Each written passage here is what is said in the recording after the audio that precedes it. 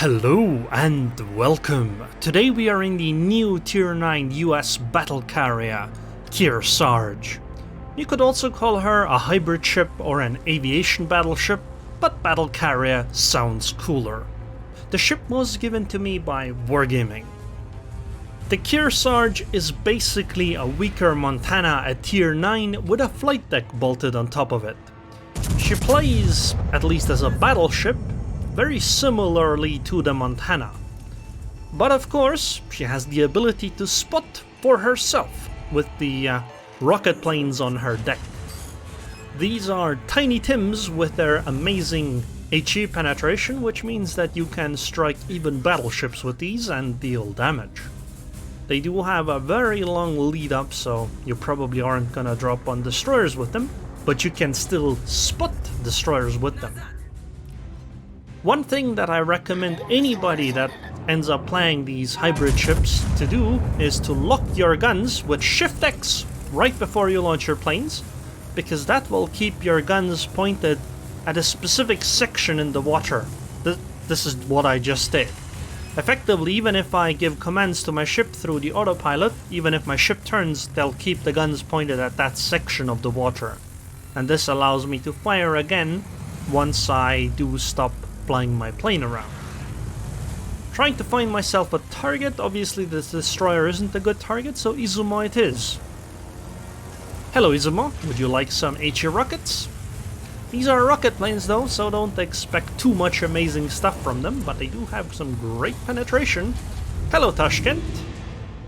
Where are you going, Tashkent? Oh wow, 10k damage to that Izumo and a fire. Also, you might actually want to use slightly more HE with this ship than you do on the Montana, just because it synergizes with your rocket planes. I mean, you shouldn't use your rocket planes all the time that you can, because that would be a waste of DPM, but there are certainly situations where you should. Like if a ship sits bow on towards you, you might fire an HE salvo at them, then launch rocket planes, and go drop some HE rockets on them. And then you fire an HE salvo again on them, and this usually either sets them on fire or makes them stop sitting bow on towards you. The Kearsarge does have one little bit of a problem though.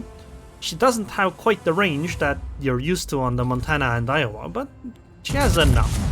So the main downsides of the Kearsarge compared to the Montana are that she has a 36-second reload instead of a 30-second reload.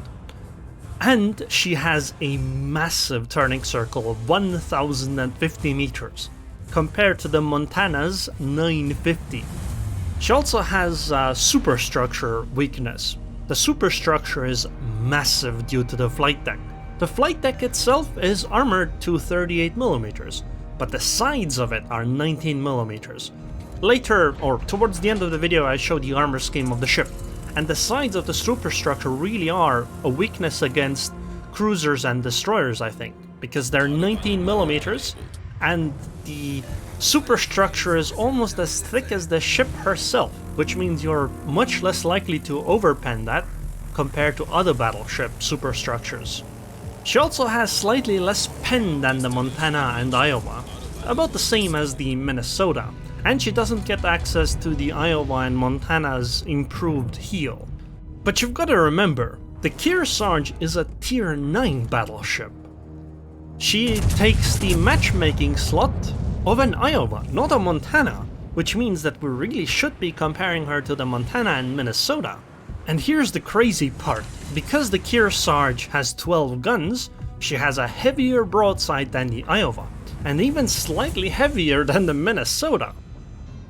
But even though she has a 36-second reload, she still maintains more damage per minute than even the Iowa, let alone the Minnesota.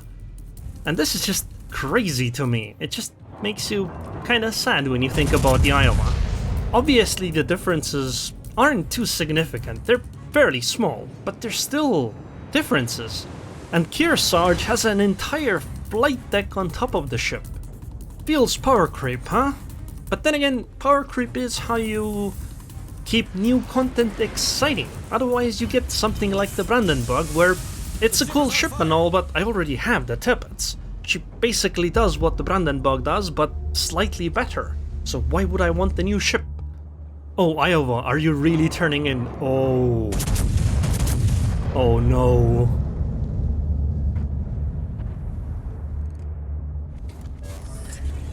Problem solved, sir. Enemy severely damaged. Yeah, that's what you get, Iowa, for turning in and showing too much broadside. On the topic of power creep though, we do have to take into account that the Kearsarge is less maneuverable than not only the Iowa, but also the Montana. And as a battleship, that can be a pretty big problem. Another thing is that to play Kearsarge well, or any of the other hybrid ships, you do have to have some understanding of how CV play works, how to dodge flak and all of that stuff.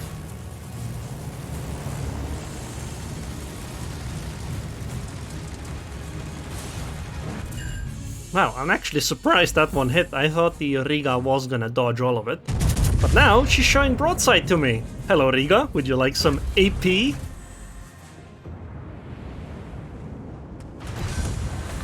I guess she did. We've destroyed an enemy cruiser. I am a little worried about the effect that the Kearsarge is going to have on tier 9 matches with the spotting from the planes. Because if we look at the tier 6 ISA and the tier 8 Tona, I think their effect is a little more muted because, well, the ISA has some quality of life issues. She can't fire her rear turrets if the firing angles are wrong, and the firing angles are really narrow. And the Tona, well, she's a cruiser, so spending a lot of time flying with planes is actually counterproductive. Meanwhile, the Kearsarge doesn't really suffer as many consequences for using these planes. And going out there and spotting is really powerful against DDs, especially in tier 9 where there aren't actually any CVs. You can easily end up in matches like this one with no aircraft carriers. So one team having a Kearsarge and another team not having one can be a pretty big spotting difference. Of course, you'd lose a battleship worth of fighting power if your Kearsarge is only spotting, but still. The ship is on fire. Autopilot mode enabled. It's going to be kept, and by the way, here you just saw what I meant. I fired with HE, and now I'm gonna do a follow-up with the rocket planes, although I expected the Izumo to damage control party in between, but oh well, it's fine.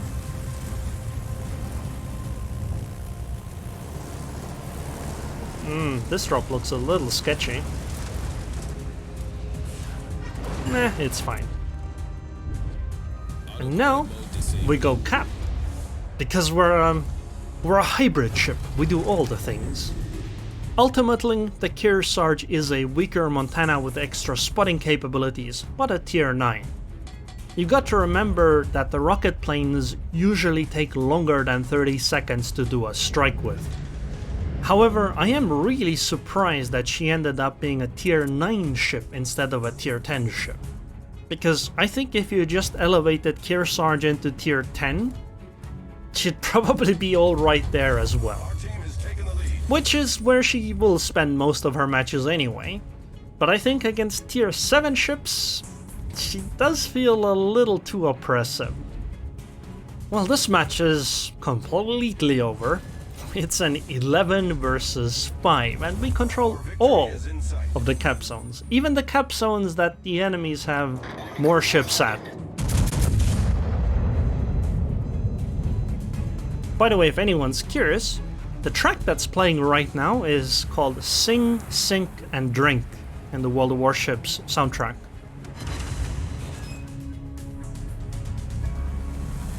And apparently, just as I say that, the track ends. Thanks, game. I can't really go after the Ibuki, she's running away, and she's too far already, but the Friedrich der Grosse, Aerroon, and the San Louis are going to run into a corner.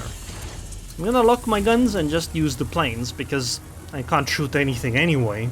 This is one of those situations where an Iowa and a Montana would be, you could say, at a disadvantage, but then again they have more range, so they could just shoot the Aerroon or the San Louis. But with the Kearsarge, I can drop with the planes, and with the planes, I can probably guarantee more damage than a salvo from a Montana or an Iowa would do. Especially when the battleship is completely broadside to me.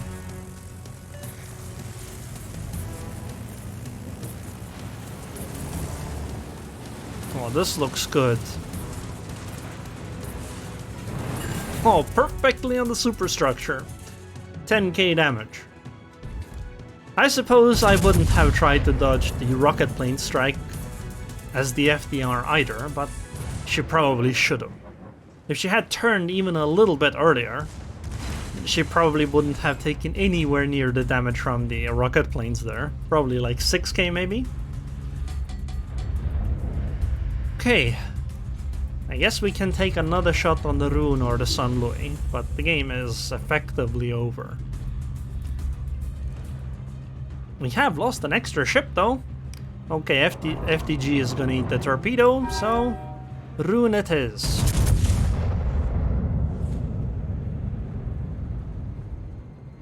Come on. Okay, maybe looking decent. Come on. Never mind. Completely whiffed it. See? With the planes it was easy, but with the AP from this range, no dice. And 992 points, 95. And there's the game. Saved by the bell on that Sun Louis. So, playing the ship, it's fun. It truly is fun. But probably part of that fun is that the ship is quite powerful. 162k damage, only sank one ship, but I think we did our part. We did some tanking, we did some planing, we did some minor spotting maybe. But most of all, we did some shooting. Yeah, okay, never mind. We didn't do all that much tanking after all.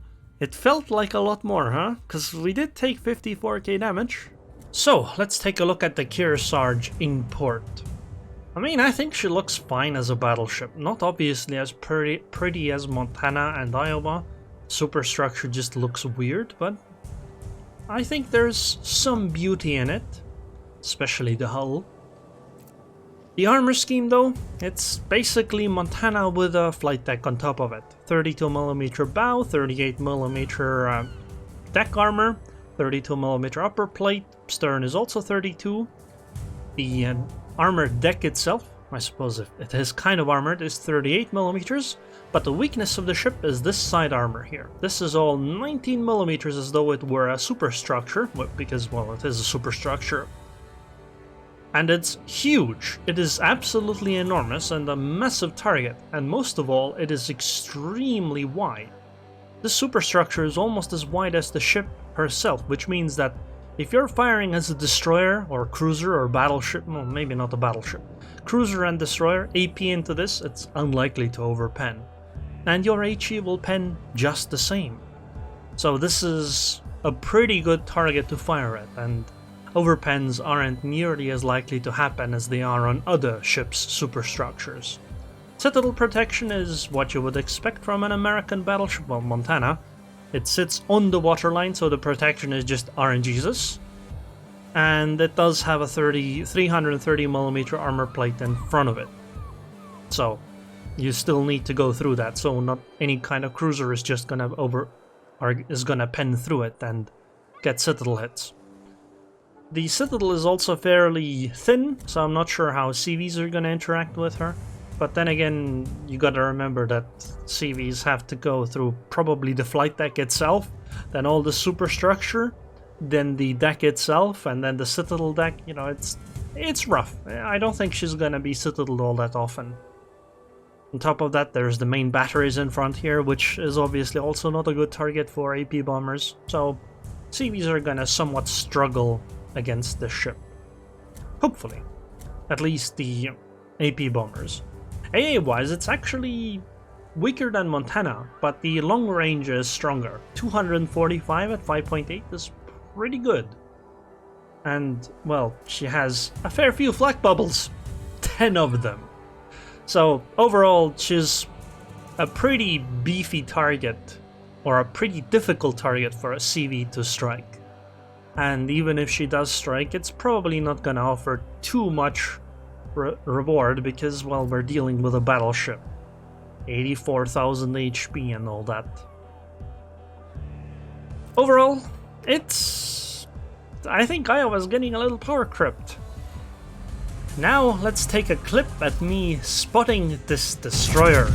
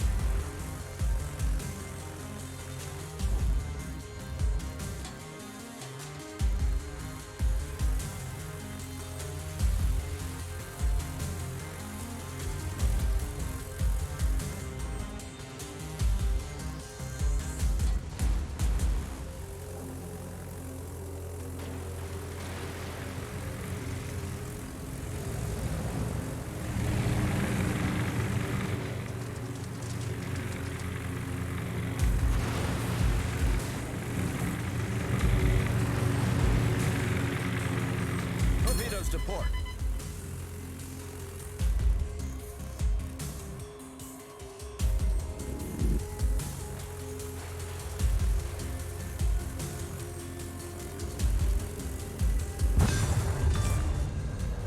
Enemy destroyer foundered.